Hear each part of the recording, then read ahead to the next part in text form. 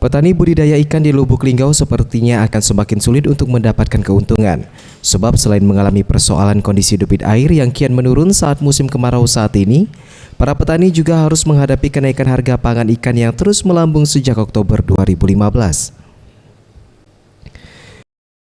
Sukiran, salah seorang petani budidaya ikan air tawar yang berada di Desa Awidodo, Kecamatan Tugumulyo, Kabupaten Musirawas, mengaku merasa keberatan dengan naiknya harga pakan ikan yang kian melambung, di mana sebelumnya harga pakan Rp410.000 per karungnya, kini naik menjadi Rp450.000 per saknya. Kenaikan ini disebabkan sejumlah bahan pembuat pakan mengalami kenaikan akibat dampak nilai rupiah yang sempat melemah terhadap dolar.